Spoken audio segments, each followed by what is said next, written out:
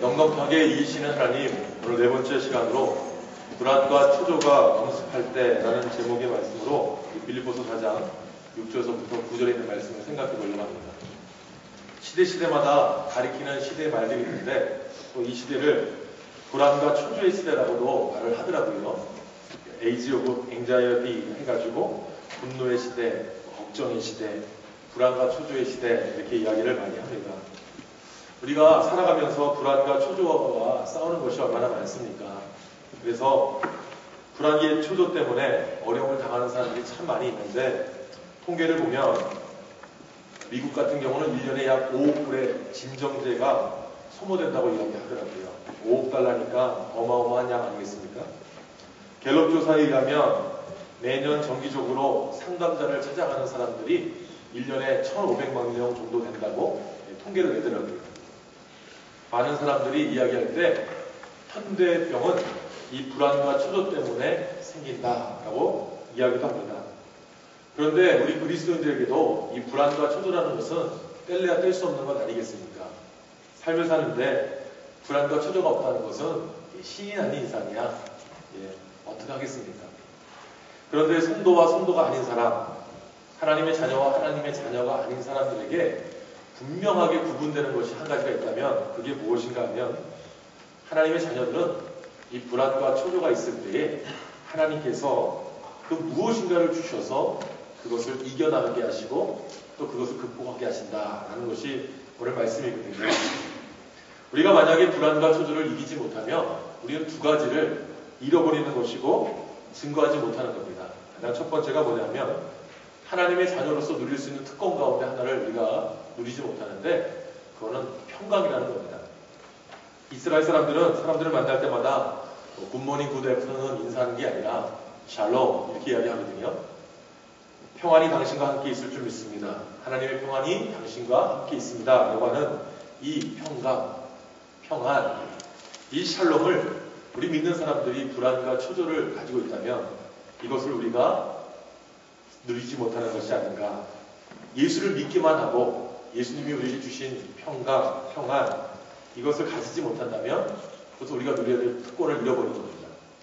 두 번째는 증인의 삶을 살지 못하는 것이죠. 우리가 불안과 초조한데 다른 사람한테 예수 믿으라고 하면 예수 믿겠습니까? 쉽게 이야기하면 이완 목사가 다이어트 약을 여러분한테 판다면요 여러분 믿겠습니까?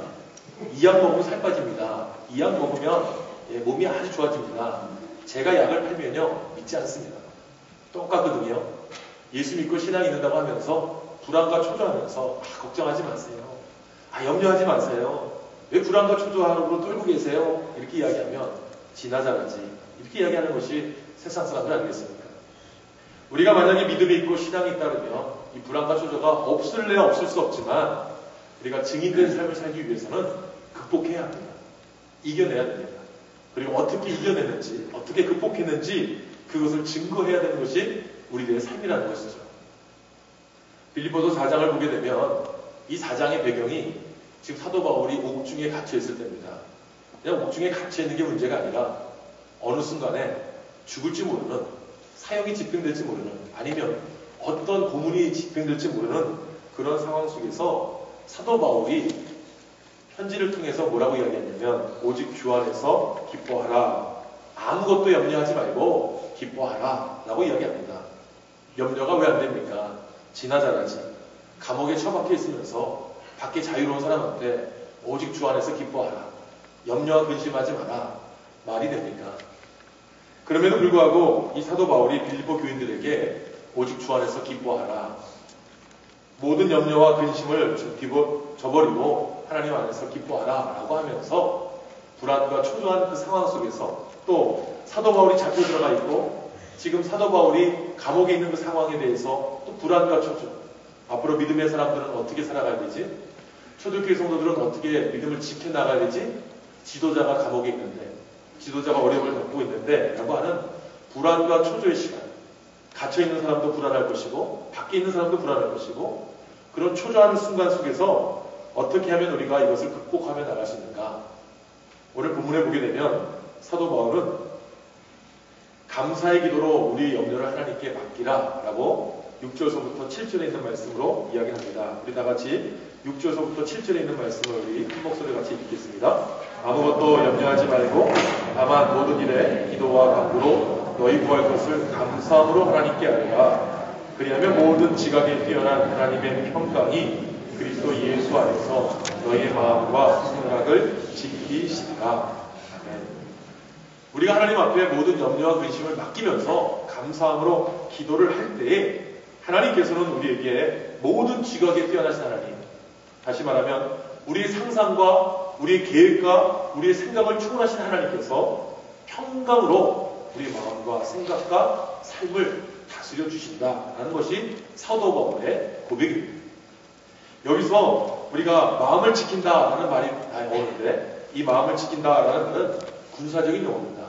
한마디로 이야기하면 보초를 쓴다는 겁니다. 하나님이 보초를 세워주신다. 하나님이 보초로 서주신다. 그런데 무슨 염려와 근심을 가지고 있느냐? 불안하냐? 초조하냐? 하나님이 너를 지켜주시고 너를 보초시켜주시고 너의 마음을 지키신다는 것을 믿기만 하면 감사함으로 하나님께 아뢰라. 평강의 하나님이 우리의 마음을 지켜주신다. 아마 제가 여러분들에게 불안과 초조를 없애는 방법을 알려드리겠습니다 라고 하면서 기도하십시오 라고 하면, 참, 목사님 능력도 없다. 목사가 물론 기도하고 말씀 전하는 게 본분이겠지만 그동안에 불안하고 초조한 거 말이라도 또 뭐 어떤 모습이라도 행동이라도 함께 해주지. 원칙적인 이야기, 기도하십시오. 하나님 바라보십시오. 믿음에 단단히 쓰십시오. 이게 문제가 해결됩니까? 여러분, 이렇게 이야기할 수 있는 분들이 많이 있지 않겠습니까? 사람이 마음이 편해도 잘 되어도 감사가 나올까 말까 한데, 불안과 초조한 상황에서 감사하십시오. 감사의 기도 드리십시오. 이거 말하는 자체가 좀 뭔가 안 맞는 거 아닌가 생각 들지 않겠습니까? 그런데 사도 바울은 불안과 초조할 때 더욱 감사의 기도를 하라라고 이야기합니다. 하나님이 너를 지켜주신다는 것에 대해서 네가 알고 있느냐? 다시 말하면 내 상황이 아니라 내 마음입니다. 내 상태입니다. 내가 지금 하나님에 대해서 어떠한 마음을 가지고 있느냐? 내가 하나님을 향해서 내가 어떠한 믿음의 고백을 하며 살아가고 있느냐? 그럴 때에 하나님 앞에 하나님이 나에게 이런 어려움과 역경을 주시는 것도, 불안과 초조를 주시는 것도 은혜다라고 생각하면 감사가 나오는데, 자꾸만 환경 보고 사람 보고 조건만 바라보니까 내가 믿는 하나님이 누구지를 모르는 겁니다. 내가 의지한 하나님의 능력도 의심하는 겁니다. 그러니까 불안하고 초조해하는 거 아니겠습니까? 우리가 불안하고 초조할 때 가장 먼저 생각해야 될 것은 하나님이 나에게 누구이신가? 나는 하나님과 어떤 관계를 맺고 있는가? 그 하나님이 나를, 내 마음을 지켜주시는, 보초이시고 나를 보호해주시는 분이다 라고 하면 불안과 초조할 때 더욱 하나님 앞에 나가야 되고, 더욱 하나님 앞에 기도해야 되고, 더욱 하나님 앞에 감사해야 되는 것이 사도 바울의 권면입니다. 그런데 우리는 불안과 초조하면 약을 찾고, 불안과 초조하면 몸을 빡빡 긁고, 불안과 초조하면 머리도 뜯어내고 자학을 하면서 우리가 삽니다. 사랑하는 여러분, 오늘 사도 바울이 기도하려고 할 때에 감사함으로 하나님께 아뢰라 라고 이야기합니다.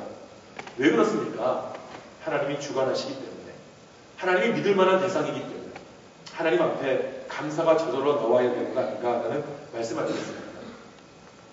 사도 바울로 하여금 이런 감사를 나오게 했던 배경은 4장 19절에 보게 되면 나옵니다. 나의 하나님이 그리스도 예수 안에서 영광 가운데 그 풍성한 가운데 너희 쓸 것을 채우시리라. 감옥에 앉아 있으면서 무슨 채움이 있겠습니까? 사식이나 넣어주고 또 옆에서 도와주고 또 와서 무난하면 그거를 위안이 될 텐데, 사도 바울은 사람들의 모습이나 환경을 이야기하는 것이 아니라 하나님께서 내 필요한 모든 것들을 채워주신다. 감옥에 있을지라도, 죽음이 앞에 놓여 있을지라도, 불안과 초조한 상황이 있을지라도 하나님께서 내 모든 필요를 아시고 내 모든 필요를 채워주시기 때문에 나는 하나님 앞에 감사를 드린다. 이런 고백하는 거 아니겠습니까? 빌립보서 4장 19절까지, 그 전까지는 사도 바울이 이런 고백을 합니다. 우리 하나님, 그냥 하나님 이렇게 이야기하는데 4장 19절서부터 사도 바울이 말이 틀려지거든요. 하나님, 우리 하나님이 아니라 나의 하나님이 됩니다.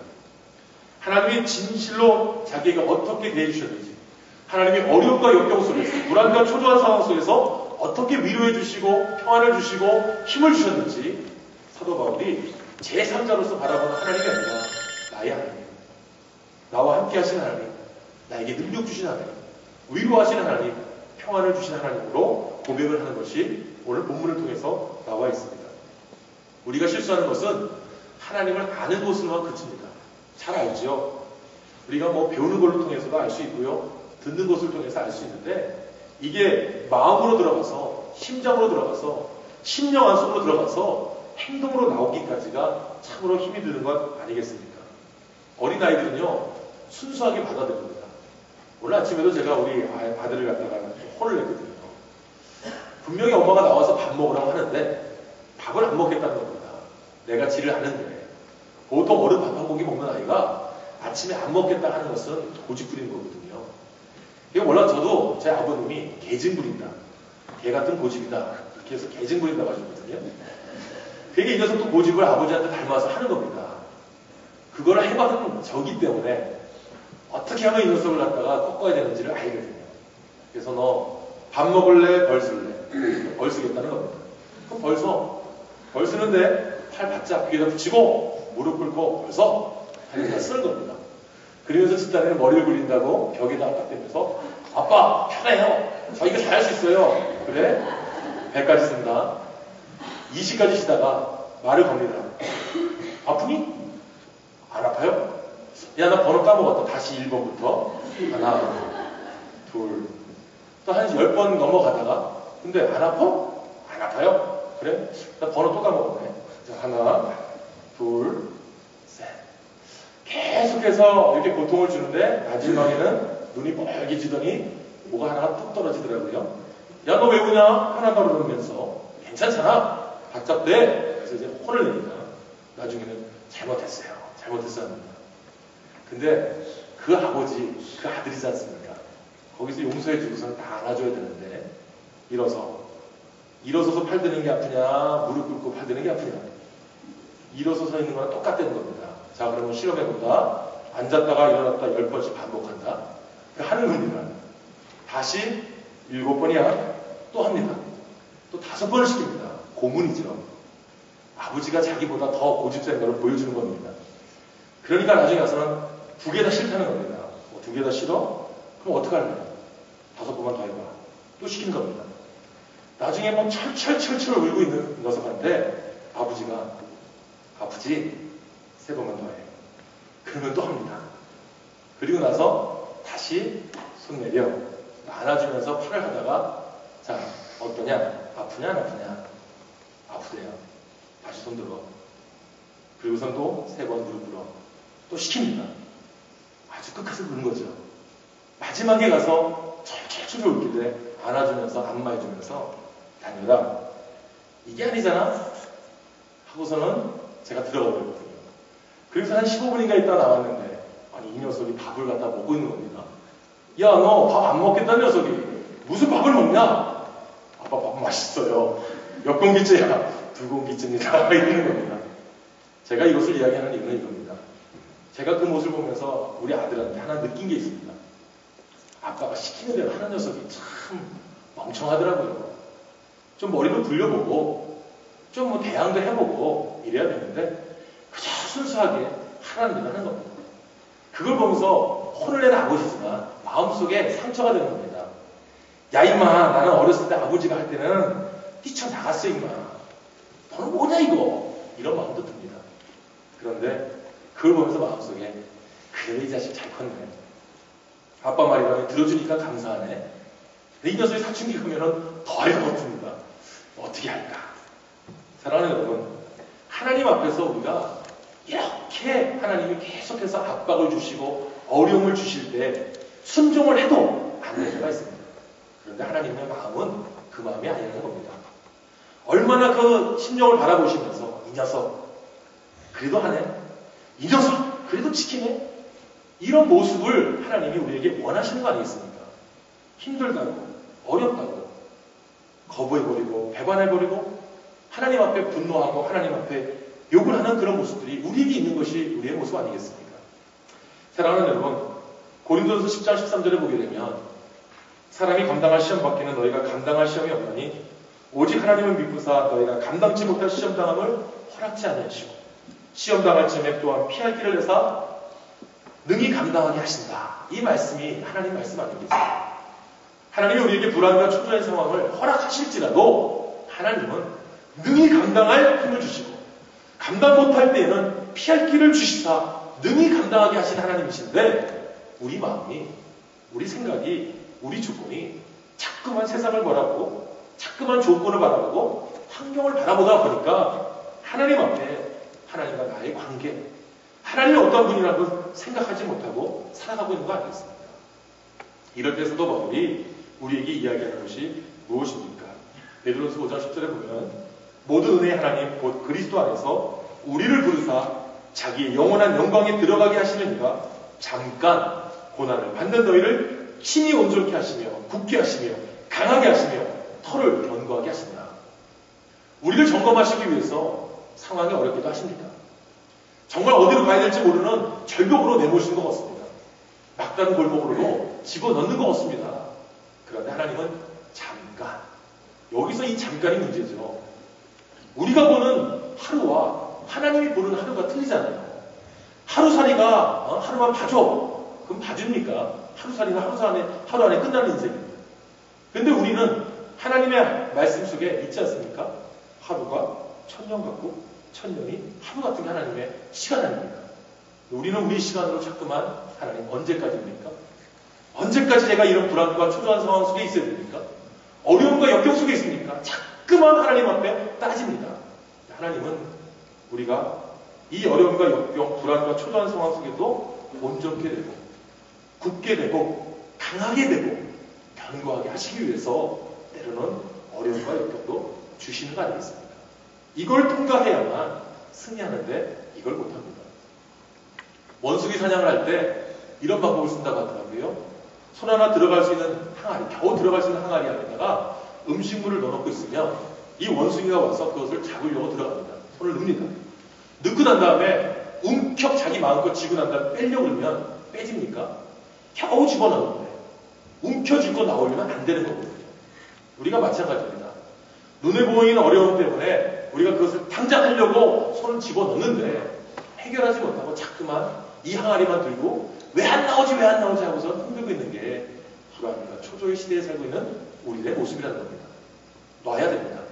놔야 손이 빠지거든요. 하나님 앞에 불안과 초조함이 있을 때에 우리의 문제를 하나님 앞에 놓는 겁니다. 놓고 하나님이 어떻게 해결해 주실 거에 대해서 믿고 기다리는 겁니다. 그런데 하나님도 제대로 알지 못하고 하나님의 관계에 내가 바로 서 있지 못하기 때문에 하나님한테 맡기지도 못하고 인내하지도 못하고 기다리지도 못하고 자꾸만 불안과 초조로 염려하고 근심하고 있다는 겁니다.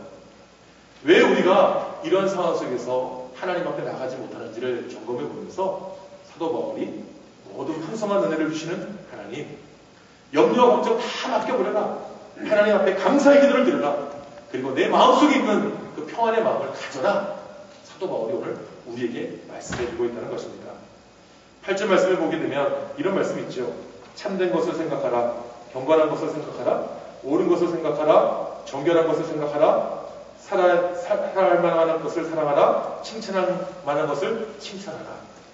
생각하라. 이 생각이 중요한 거 아니겠습니까? 마음 먹게 달린 겁니다. 불안과 초조할 때 누구한테 의지할 것인가? 누구를 바라볼 것인가? 누구에게 맡길 것인가? 누구에게 의지할 것인가를 먼저 생각해 보십시오.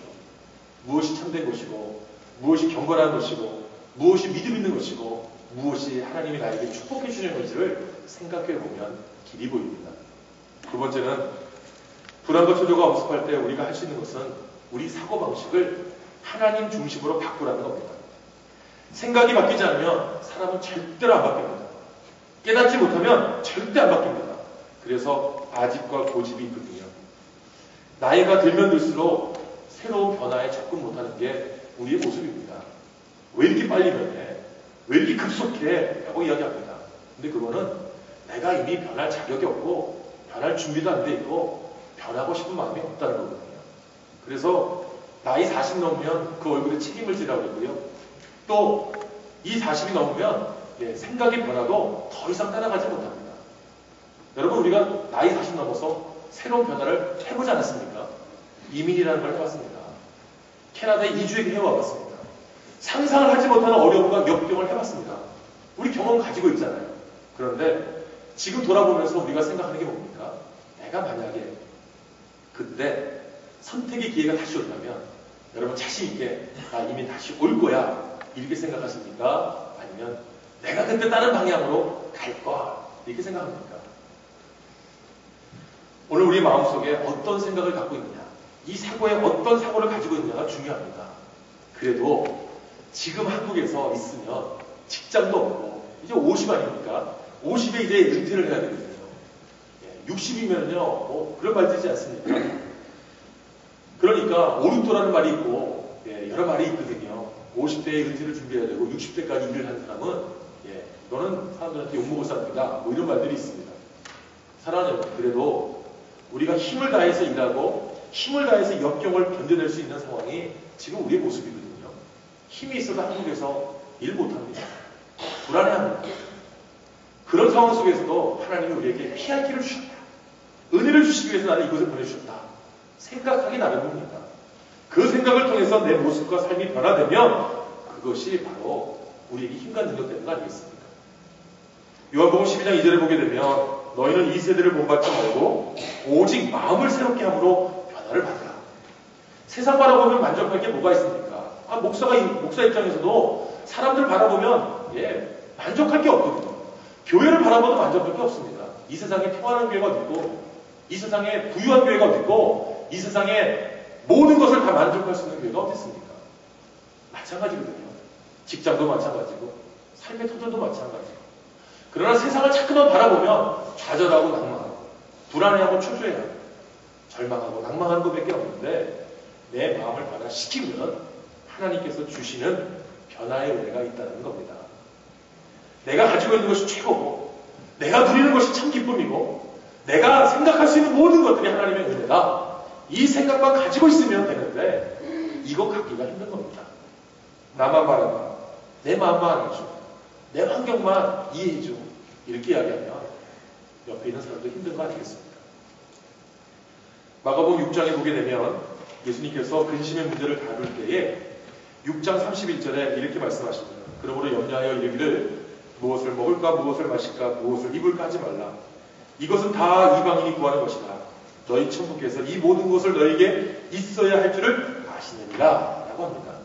아니, 하나님에 대해서 분명한 확신을 가지고 있고 하나님과의 관계가 바로 서 있는데 무엇을 입을까 무엇을 먹을까 염려하느냐. 내가 최선을 다하면 하나님이 우리의 환경 가운데 베풀어 주시고, 내가 열심을 다하고 땀을 흘리면 하나님이 베풀어 주신 은혜가 있는데 뭘 세상 바라보면서 먹을 것, 입을 것, 살 것을 걱정하느냐. 하나님이 이미 다 아신다. 이런 하나님이 우리와 함께 계신다면 여러분 어떻게 해야 됩니까? 맡기는 겁니다. 의지하는 겁니다. 내 생각을 바로 하는 겁니다. 환경만 바라보면 불안, 초조. 그런 것이 우리에게는 어떻게 됩니까? 생각이 변하고 가치관이 변하고 목표가 변하는 동기가 되지 않겠습니까? 러시아의 극작가였던 안톤 체코프라고 하는 사람이 내기라고 하는 단편소설을 썼습니다. 그 내기라는 단편소설을 보게 되면 어떤 가난한 변호사가 부자와 함께 어마어마한 내기를 합니다.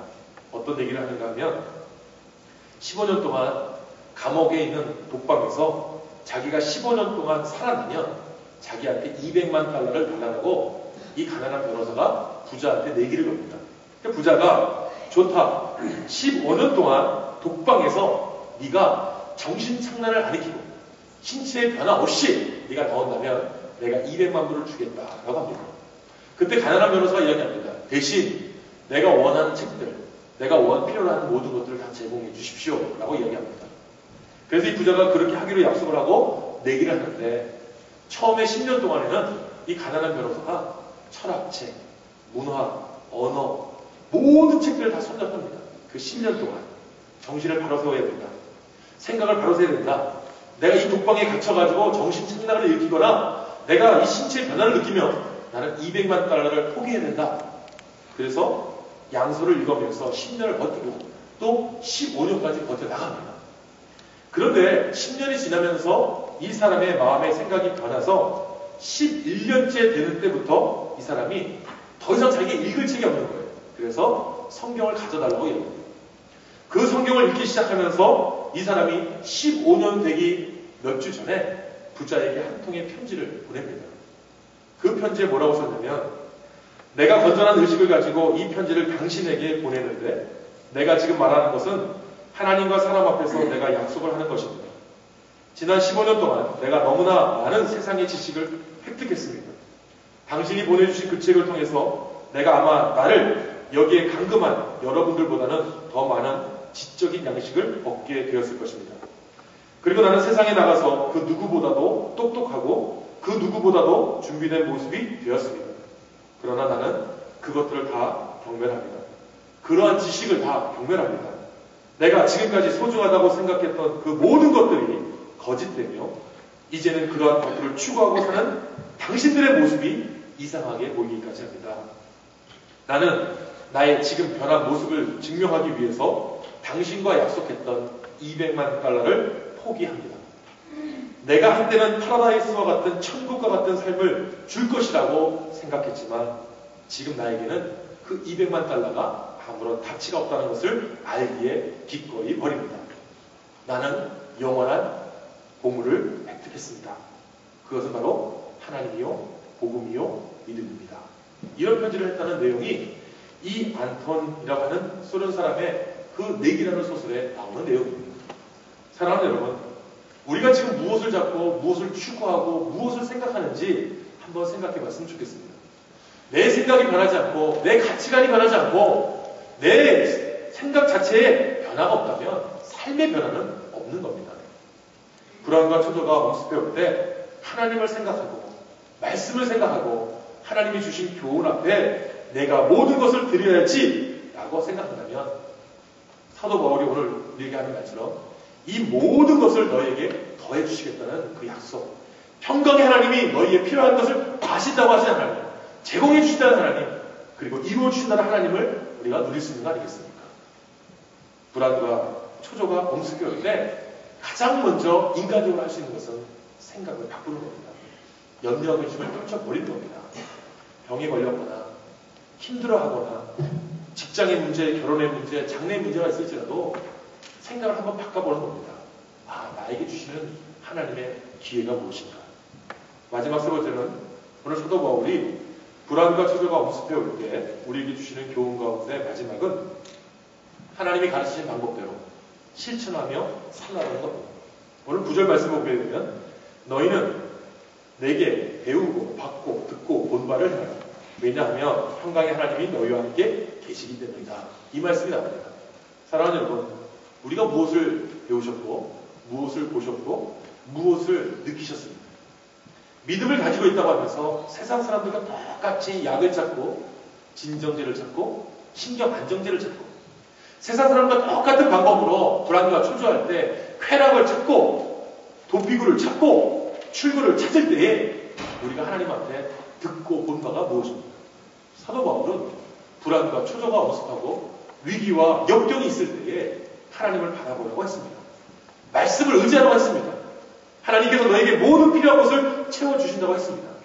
그것을 들었다면, 봤다면, 깨달았다면 그대로 행하라고 사도 바울이 우리에게 이야기합니다. 성경을 통해서 우리가 보게 되면 우리가 예수님께서도 마찬가지 아니겠습니까?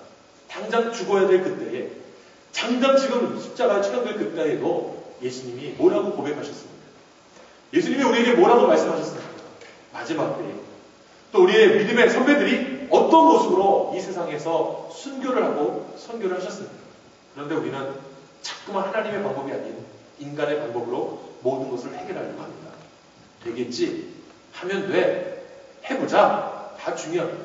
그런데 그것이 인간의 방법이 아니라 하나님의 방법이 되어야 되는 겁니다. 하나님이 우리에게 가장 원하시는 것은 두 가지 뜻인데, 첫째는 나의 방식을 버리라는 겁니다. 그리고 두 번째는 겸손하게 하나님께 맡기라는 겁니다. 그래서 베드로전서 5장 7절에 보게 되면 너희 염려를 다 주께 맡겨라. 이는 저가 너희를 권고하시니라. 여기서 권고하신다라는 이 베드로전서 5장 7절의 권고는 영어로 케어입니다. 돌봐주신다. 염려와 걱정을 다 주께 맡겨버리면 하나님께서 다 도맡아서 해결해 주신다. 이 말씀입니다. 그런데 맡기지 못하는 우리들, 의지하지 못하는 우리들, 오늘 말씀에 6절에 보게 되면 그러므로 하나님의 능하신 손 안에서 겸손하다. 때가 이르면 너희를 높이라 라는 말씀도 있습니다. 베드로전서 5장 6절에 또 7절에 보게 되면 그 말씀이 있고요. 오늘 우리가 6절에 보게 되면 아무것도 염려하지 말고 다만 모든 일에 기도와 간구로 너희 구할 것을 감사함으로 하나님께 아뢰라. 이게 맡기라는 거거든요. 그런데 맡기지 못하고 의지하지 못하고 자꾸만 내 방법대로 내 의지대로만 하니까 불안과 초조가 없어지지 않고 해결되지 않고 우리를 감싸고 있는 거 아니겠습니까? 사랑하는 여러분, 우리가 베드로가 고백했던 말처럼 너희 염려를 모두 주께 맡길 수 있는 믿음이 있어야 되지 않겠습니까? 사도 바울처럼 모든 것을 하나님 앞에 바래라 라고 하는 그런 모습이 있어야 되지 않겠습니까? 방법은 하나인데 자꾸만 인간적인 방법과 세상적인 방법을 추구하니까 불안과 초조가 해결되지 않고 문제가 문제를 낳는 것 아니겠습니까? 아브라함이 독자를 주시겠다고 약속하셨을 때 하나님이 하루아침에 주셨습니까? 아니거든요. 그 시간이 수십 년이 지나갔다는 것을 알 수가 있습니다.